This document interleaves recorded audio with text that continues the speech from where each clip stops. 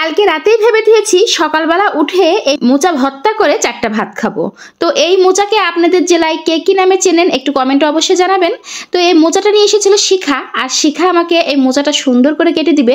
তো মোচাটা পরিষ্কার করা বা কেটে নেওয়াটা একটু জটিল, কারণ এর ভিতরে যে একটা মোটা একটা কাঠির মতন থাকে সেটা ফেলে দিতে হয়। তো যাই হোক, এই শিখা সুন্দর করে এই মোচাটা পরিষ্কার করে একটু মোটা মোটা করে কেটে নিচ্ছে। আর এই মোচা ভর্তা দিয়ে আজকে সকালে আমরা ভাত খাবো। এই মোচা ভর্তার প্রসেস চলছে।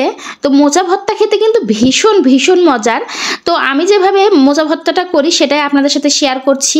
তো ফ্রিজে ছিল এই মাছটুকু, মানে একটা মাছের মাথা ছিল ইলিশ মাছের, আর 2টা মাছের থুতনা ছিল।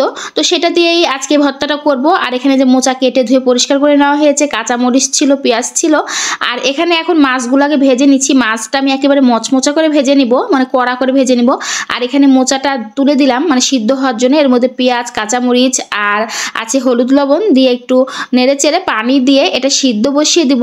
আসলে মোচা খাওয়া কিন্তু স্বাস্থ্যের জন্য অনেক বেশি উপকার, কলার যে কোনো কিছুই অনেক বেশি উপকারী শরীরের জন্য। তারপর যাই হোক, আমি এখানে যে মাছের থুতনার মাথাটা ভালো করে মচমচা করে ভেজে নিচ্ছি, মানে কড়া করে ভেজে নিচ্ছি। আর ভেঙে ভেঙে দিচ্ছি যেন ভিতর পর্যন্ত এটা সিদ্ধ হয়ে যায়।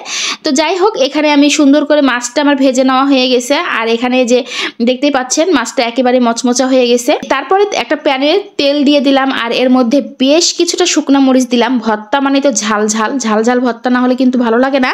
তো এই যে মরিচগুলো ভেজে তুলে নিলাম, আর এর মধ্যে গোটা কিছু রসুন আর পেঁয়াজ দিয়ে দিলাম। তো পেঁয়াজ আর রসুনটাও সুন্দর করে বেরেস্তা করে নিব, মানে ভাজা ভাজা করে নিব। আর এই বেরেস্তা দিয়ে ভর্তাটা কিন্তু অনেক বেশি মজা লাগে।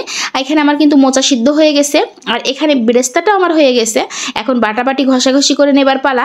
তো যতটা ভালো করে বেটে নেওয়া যায়, এটা কিন্তু ঠান্ডা করে ব্লেন্ডারও পিষে নেওয়া যাবে, কিন্তু আমি পাটাতে বেটে নিচ্ছি। তো এই যে দেখতেই পাচ্ছেন মিহি করে একেবারে পাটাতে বেটে নিচ্ছি। আগে মাছের মাথা টাথাগুলো যা আছে সেগুলো বেটে নিব। আমার কিন্তু মাছের কাটাকুটিতে কোনোই সমস্যা হয় না। যারা মাছের কাটাকুটির সমস্যা হয় তারা বেছে বেছে নিতে পারেন। আর আমার মাছে কোনো সমস্যা হয় না দেখে আমি আর অত বাছাবাছি করলাম না, একেবারে পাটাতে মিহি করে যতটা পিষে নেওয়া যায় ততটা পিষে নিচ্ছি। তো এর মধ্যে একটু লবণ দিয়ে আবারও পিষে নিচ্ছি। তো যাই হোক, মাছের মাথাটা পিষে নেওয়া হয়ে গেছে। এখন মোচাটা দিয়ে দিলাম, আর মোচাটা এখন ভালো করে পিষে নিব, মানে মিহি করে পিষে নিব। তো মোচা পিষে নেওয়া হয়ে গেল। এখন এই শুকনা মরিচ, রসুন আর এই পেঁয়াজ যে বেরেস্তা করে রেখেছিলাম সেটা এখন মিহি করে বেটে নিব। তো এর মধ্যে একটু লবণ দিয়ে দিলাম, আর এখন খুব ভালো করে মিহি করে বেটে নিব। দেখতে এতটা লোভনীয় লাগছিল কি বলবো, আর খেতেও ভীষণ মজার। তো এভাবে ভর্তা কে কে খেয়েছেন একটু কমেন্টে জানাবেন। এরকম মোচা ভর্তা হলে 3-4 থাল ভাত মনে হয় এমনি অনায়াসে খেয়ে নেওয়া যাবে, মুখে রুচি চলে আসবে। এতটা মজার, এতটা লোভনীয় এই ভর্তা। তো এই তো আমার পিষাপিষি ঘষাঘষি সব সুন্দরভাবে হয়ে গেছে। এখন সুন্দর করে তুলে নেবার পালা। আর সরিষার তেল দিয়ে মাখিয়ে নিলে হয়ে যাবে মজাদার মোচা ভর্তা। ইলিশ মাছ দিয়ে করেছি, এটা যে কোনো মাছ দিয়ে করা যাবে বা এমনিও ভর্তাটা করে নিয়ে খাওয়া যাবে। তো এত মুখরোচক একটা খাবার না খেয়ে কি থাকা যায়। সকালে অনেক তৃপ্তি সহকারে এই ভাতটা খেয়েছিলাম এই মোচা ভর্তা দিয়ে। তো যাই হোক, ভীষণ মজার হয়েছিল, দেখেই বুঝতে পারছেন কতটা লোভনীয়।